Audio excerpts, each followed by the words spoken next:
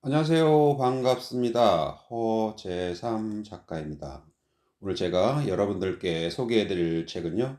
김해남 작가님이 지은 보이지 않는 것에 의미가 있다. 이런 제목의 책입니다. 먼저 작가 소개를 해 드리겠습니다. 김해남, 1959년 서울에서 태어나 고려대학교 의과대학을 졸업하고 국립정신병원에서 12년 동안 정신분석 전문의로 일했다. 경희대 의대, 성균관대 의대, 인제대 의대 외대 교수이자 서울대 의대 초빙 교수로 학생들을 가르쳤고 김해남 신경정신과 의원 원장으로 환자들을 돌보고 있다.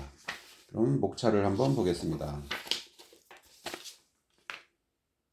1. 진실된 관계를 맺기 위해 무엇을 해야 할까?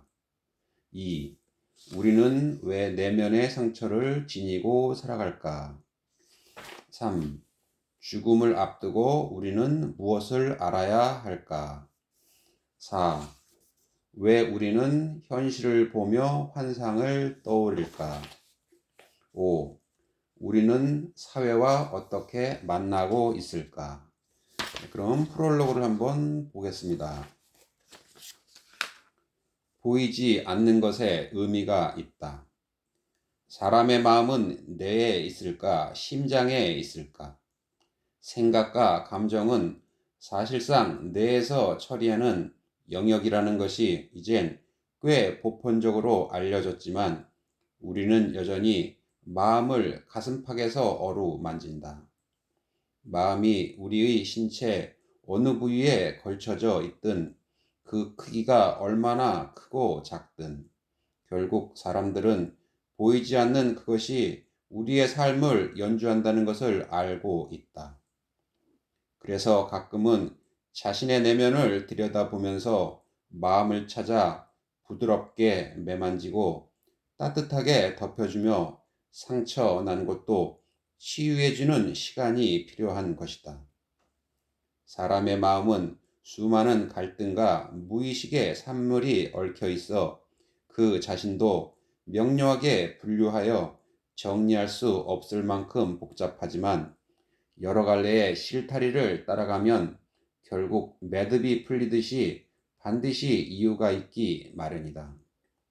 정신 분석은 그런 사람의 생각과 감정, 행동, 무엇보다 사람의 동기를 다루면서 꿈과 현실, 이성과 감정, 이미지와 단어의 경계에 초점을 맞추어 내면을 더듬고 살핀다.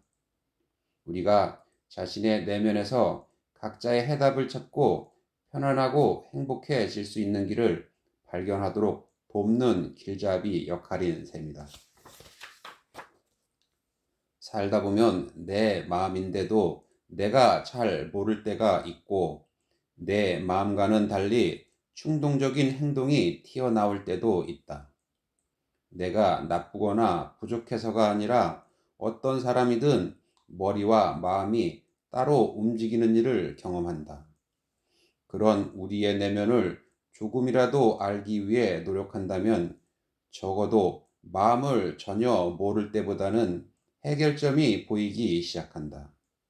그래서 우리는 정신 분석이라는 렌즈를 사용하는 것이다. 영화는 허구이지만 궁극적으로 사람의 이야기를 다룬다. 정신 분석을 통해 영화를 바라보면 영화 속 인물의 과거 심리 상태나 미래를 예측해 볼 수 있고 인물의 성격과 내면을 실제 우리가 겪는 세계에 적용해 보게 되기도 한다.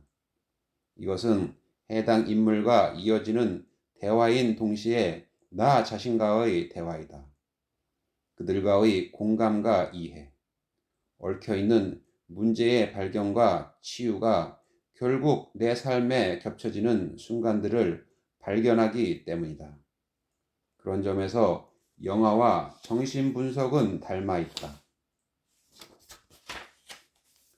좋아하는 영화를 여러 번 반복해서 그 영화를 처음 봤을 때는 보이지 않던 것이 두세 번 반복하니 보이게 되는 경험을 한 번쯤 해보았을 것이다.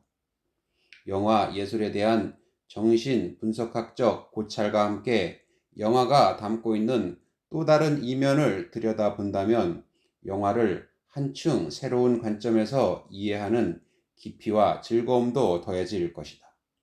물론 분석적인 관념만 따라가느라 영화 자체의 즐거움을 놓치는 우를 범하지 않도록 주의하면서 말이다. 이 책은 내가 병이 나기 전까지 영화를 보며 썼던 글이다. 내가 건강하던 40대의 감성이 묻어나는 글을 지금 다시 보니 참 좋다. 처음 영화에 대한 글을 쓰면서 정신분석학회에 공유하기 시작했는데 동료 정신과 선생님들의 반응이 뜨거웠다. 오래전부터 이 글을 출판하려고 했으나 영화를 통한 정신분석 이야기는 독자가 적다는 이유로 출간을 거절당했다. 영화는 사람들의 꿈과 환상, 인생에 대한 이해를 들여다볼 수 있을 뿐만 아니라 그것이 다시 영화를 보는 사람들의 마음을 움직인다. 이 책에서 영화를 통해 수많은 삶과 마음을 들여다보는 일이 지금의 우리를 되짚어보고 한 뼘 깊이 이해하며 각자에게 보이지 않던 소중한 것들을 발견할 수 있는 시간이 되기를 바란다.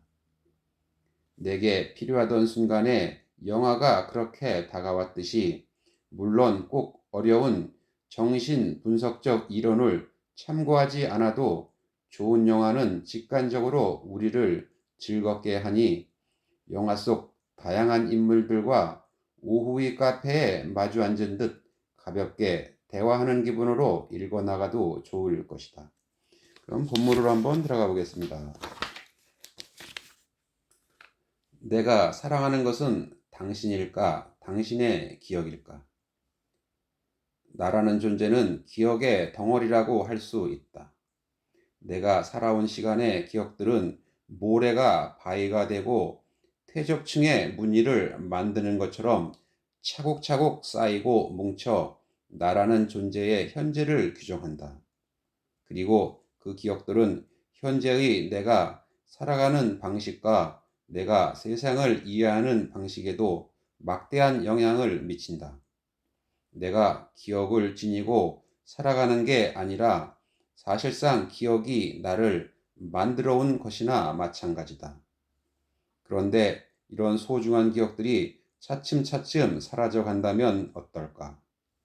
처음엔 방금 있었던 일을 잊어버리나 싶더니 어느새 날짜와 장소를 기억하지 못해 길을 자주 잃고 그러다 사랑하는 사람의 얼굴과 그와 나누었던 열정적인 사랑의 추억마저 공기 중으로 휘발되어 버린다면 마침내 점차 아득히 먼 옛날의 기억 속으로 깊이 숨어들어 어느덧 다른 사람의 손이 닿지 않는 자기만의 내적 세계에 갇혀 버린다면 어느 순간부턴가 사랑했던 연인과 가족마저 낯선 타인이 되어버리고 자신이 품고 있는 먼 기억 속으로 혼자 떠나 버린다면 영화 어웨이 프롬 홈은 알츠하이머에 걸린 한 노부부가 지켜낸 사랑에 대한 이야기다. 그랜트와 피오나는 결혼한 지 44년이 된 행복한 노부부였으나 이들의 말년에 불행의 그림자가 덮쳐오기 시작한다. 피오나의 뇌세포가 서서히 파괴되며 기억을 잃어가는 알츠하이머 증상이 나타나기 시작한 것이다. 알츠하이머는 퇴행성 뇌 질환으로 마치 불이 환하게 켜진 저택에서 방의 불이 하나씩 꺼지다가 마지막엔 어둠에 잠겨버리는 것과 같은 병이다. 피오나는 와인의 이름을 잊어버리고 편지를 우체통에 넣는 걸 잊어버리고 프라이팬을 물끄러미 들여다보다 냉장고에 집어넣는다. 기억이 점점 사라져가는 탓에 자신이 남편에게 짐이 되고 말 거라 짐작한 피오나는 스스로 요양원에 들어가기를 선택한다. 그랜트는 차마 아내를 떠나보낼 수 없어 주저하지만 급기야 그녀가 집에 돌아오는 길을 잃어버리게 되자 결국 요양원에 가는 것에 동의한다. 그러나 서로를 사랑하는 마음에도 불구하고 옛 기억을 추억하며 사는 남편과 서서히 기억을 잃어가는 아내는 서로에게 압박감과 좌절감만을 남긴다. 남편이 되새기려 하는 과거의 기억 앞에서 아내는 스스로가 낯선 이방인처럼 느껴질 뿐이다. 그런 아내에게 과거의 기억은 아무 의미가 없고 오히려 요양원이 안식처가 된다. 이곳에서는 누구도 과거의 기억을 물어보지 않으며 그저 현재를 느끼고 살아갈 뿐이기 때문이다. 이제 요양소 안에서는 남편이 이방인이 되고 말았다. 남편이 간직하고 있는 사랑의 기억은 과거의 퇴적물일 뿐이다. 그는 현재라는 시간에 과거의 기억을 가지고 오는 침입자가 되어 버렸다. 그렇게 기억이 사라져가던 피오나는 요양원에서 남편과 떨어져 있는 동안에 그를 잊은 채 다른 남자인 오브리와 사랑에 빠져 버린다. 오브리 역시 치매에 걸려 세상과 동떨어져 지내던 중 피오나에게 반응을 보이며 두 사람은 점점 많은 시간을 함께 보내게 된다. 다른 남자를 사랑하며 멀어져가는 아내를 되찾고 싶은 그랜트에게 피오나는 말한다. 그 사람은 나를 혼란스럽게 하지 않아요. 전혀. 스위치가 꺼지듯이 기억의 방이 하나씩 사라져가는 부인에게 그 과거의 방으로 들어가 기억을 회복시키려는 남편의 노력은 도리어 고문이었던 것이다. 그런데 피오나와 오브리에게 예기치 못한 일이 벌어졌다. 그랜트와 마찬가지로 둘의 관계를 견디기 힘들었던 오브리의 부인이 그를 요양원에서 집으로 데려가는 바람에 두 사람이 생이별을 하게 된 것이다. 사랑하는 연인과의 이별은 알츠하이머 환자도 오열하게 만들었고 그 모습을 지켜봐야 하는 그랜트는 아내의 슬픔 앞에서 깊은 침묵에 잠긴다. 오브리와 헤어진 아픔에 피오나의 병은 더욱 급격히 진행되고 결국 그녀는 중환자 병동으로 옮겨진다. 결국 그랜트는 사랑을 잃은 아내의 병이 악화되는 걸 막기 위해 오브리를 다시 요양원에 데려오고자 고군분투한다. 이렇게 두 부부의 사랑이 서로 엇갈리고 교차되면서 영화는 노년의 외로움을 더 짙게 채색하고 있다. 그런데 마침내 그랜트가 오브리를 그녀 앞으로 데려오려는 순간 피오나의 기억 하나가 깜빡이며 불이 들어와 남편을 알아보게 된다. 그녀는 그 순간 남편에게 고마움을 전한다. 날 버릴 수도 있었는데 지켜주어서 고마워요. 이 영화는 톨스토이의 단편소설 사람은 무엇으로 사는가라는 작품을 떠올리게 한다. 병들어 모든 기억을 잊어버린다 해도 인간의 내에 마지막까지 남는 기능 하나는 바로 사랑이 아닐까. 이 영화는 인간이 사랑으로 살아간다는 것을 알츠하이머라는 병을 통해 역설적으로 보여준다. 사람과 돌봄은 아이기가 생존하기 위한 가장 기본적인 관계 맺기다. 따라서 갓난아기처럼 태행한 알츠하이머 환자라 해도 사랑에는 반응하게 되는 듯하다. 이들은 지난 기억으로 서로를 헤집어 놓지 않고 그저 있는 그들의 현재를 사랑하고 돌본다. 그리고 이들의 사랑을 지켜보는 남편의 시선은 관객들의 가슴에 다시 한번 사랑하는 법에 대해서 그리고 사랑의 힘에 대어서 깨우쳐 준다. 그랜트는 병든 아내를 끝까지 곁에서 지켜보고 지켜주며 진득한 애정을 드러낸다. 사랑을 강요하지 않고 도리어 그 사랑을 존중하면서 그녀를 위해 자신이 할 수 있는 일을 하는 인물이다. 때로는 그녀를 자신에게서 떠나보내고 새로운 인생을 주기로 결심하는 것, 놓아주는 것도 그에게는 하나의 사랑이었다. 그랜트의 결심과 행동이 얼마나 어려운 방식의 사랑인지 알기에 이 영화가 이토록 가슴이 아린 것인지도 모르겠다. 피그 말리온의 사랑이 지닌 함정.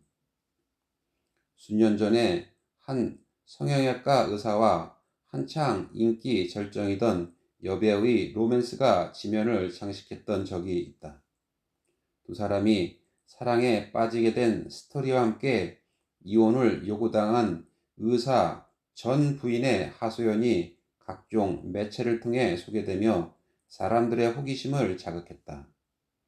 전 부인은 남편의 건강을 위해 반찬에 설탕을 하나도 쓰지 않고 벌꿀만 사용했다는 사연 등 자신이 그동안 얼마나 헌신적으로 남편을 뒷바라지했는지 털어놨다.